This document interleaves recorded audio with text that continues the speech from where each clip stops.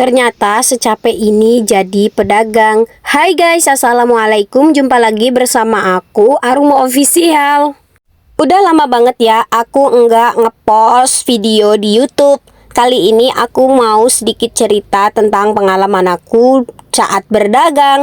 Nah kali ini dedek lagi nggak enak badan, demam guys. Jadi dia pengen digendong terus. Untung aja dia mau digendong sama ayahnya. Kalau enggak bisa pokel bahu aku guys. Yang sering bilang enak ya jadi kamu. Woi, sini ku jelasin biar kamu bisa paham ya. Maaf ya, agak sedikit emosi aku soalnya kalau bahas tentang bilang enak ya jadi kamu. Yang kalian lihat tuh enaknya aja. Kalian nggak tahu betapa sulitnya jadi mbak pedagang dan menjadi ibu rumah tangga. Nah pas aku ngerintis juga kalian kan nggak ngelihat. Jadi walaupun aku ceritain, memangnya kalian akan percaya. Aku sampai jungkir balik mempertahanin toko sembako aku ini supaya berkembang dan minimal bertahan lah, supaya bisa memenuhi kebutuhan kehidupan aku dan keluarga kecilku. Mumpung dedek mau ikut sama Pak Su, jadi aku gunain kesempatan ini buat beres-beres toko sembako. Tadi tuh ada bos roti yang datang, jadi aku harus beresin roti yang nyembur-babur ini guys. Nah sambil kalian temenin aku beberes toko sembako aku yang kecil ini, kalian aku ajak cerita boleh. Membangun usaha itu nggak segampang yang kalian pikirkan guys. Apalagi kalau kita modalnya cuma nekat, nggak pakai modal yang gede. Nah semua itu butuh perjuangan dan kegigihan, butuh mental yang kuat juga. Kalau kita cuma punya modal tapi nggak punya mental, kita juga nggak akan bertahan lama. Kalau kita cuma punya mental aja nggak punya modal, dan kita juga akan stuck di situ-situ aja, nggak akan berkembang juga. Jadi segala sesuatunya itu harus seimbang, butuh mental, butuh ilmu, dan juga butuh modal. Yang dimaksud butuh mental itu yang gimana? Misalnya gini loh, kalian cuma punya modal kecil mau buka toko, dan kalian pasti banyak banget yang ngehujat kalian, yang ngeremehin kalian. Woi, jangan ngimpi loh buka modal usaha kok dengan modal yang sekecil itu. Nggak ada yang nggak mungkin guys di dunia ini kalau kita benar-benar bersungguh-sungguh. Majada wajada, siapa yang bersungguh-sungguh maka dia yang akan berhasil. Jadi intinya di sini yang berhasil itu yang mau berjuang, bukan yang beruang.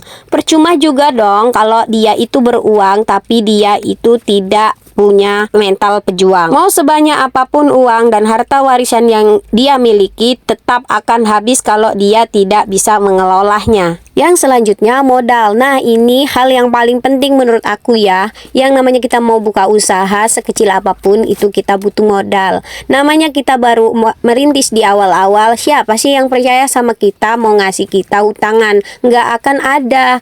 Yang ada mereka hanya meremehkan kita. Kamu mau buka toko? Kamu mau buka usaha? Apa iya bisa? Pengalaman aja nggak ada.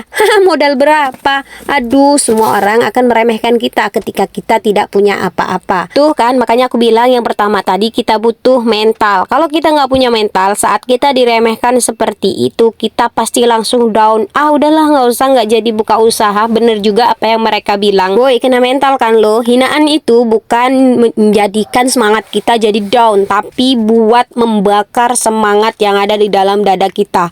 Buktiin, makanya sungguh-sungguh kalau kita itu mau buka usaha, jangan kemelelet.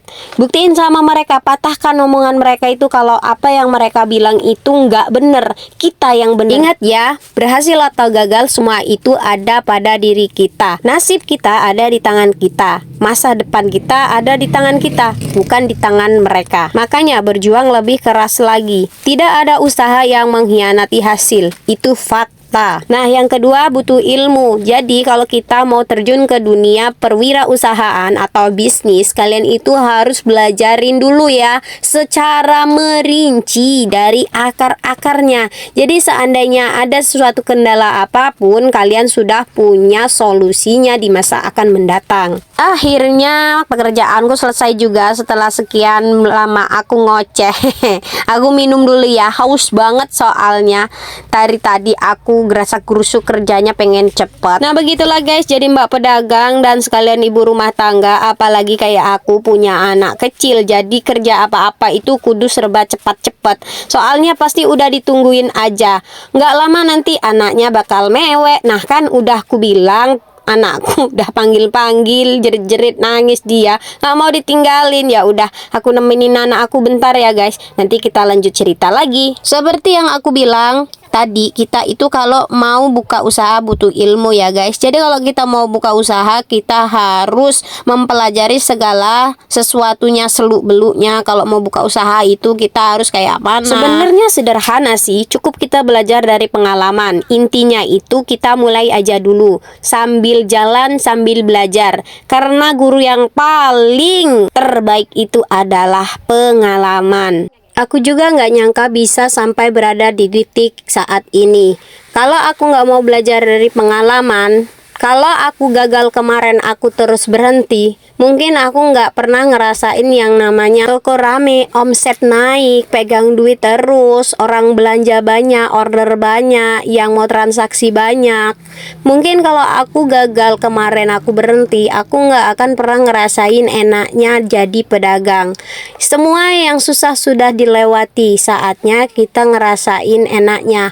Wehe, jangan kalian iri ya. Nih saran juga satu buat kalian, kalau mau jadi mbak pedagang atau kang pedagang, jangan pernah punya hati yang iri. Karena orang iri itu hidupnya nggak akan pernah tenang. Apalagi kalau iri dengan pendapatan orang lain. Ingat ya, semua orang udah punya rezekinya masing-masing. Walaupun dagangannya sama, tapi rezekinya itu nggak pernah sama. Jadi kalau kita mau jadi pedagang, jadilah pedagang yang baik. Fokus aja sama diri sendiri. Fokus aja sama cara melayani, sama harga, tata letak, kualitas barang dagangan kita. Itu aja. Ingat ya, jangan fokus keluar, tapi fokus ke dalam diri kita sendiri aja.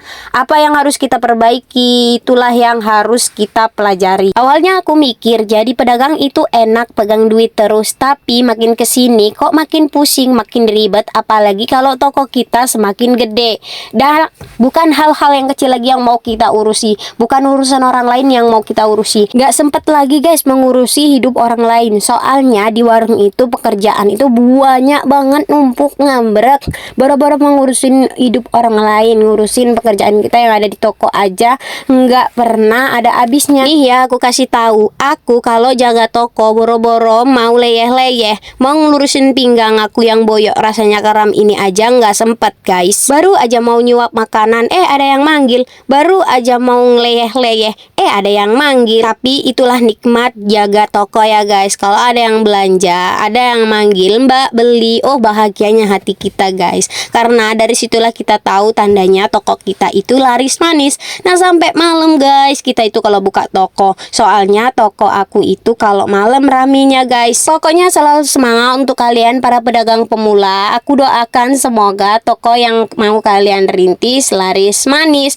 Yang mau pengen belajar, jangan lupa ikuti dan intipi terus vlog-vlog aku ya guys. Semoga toko kalian lebih besar dari toko aku ini. Maaf nih yang senior, bukan sok menggurui, tapi aku hanya sharing pengalaman dan berbagi cerita aja. Kalau ada bagusnya ambil ya, tapi kalau ada yang salah maaf. Bye bye, sampai jumpa lagi.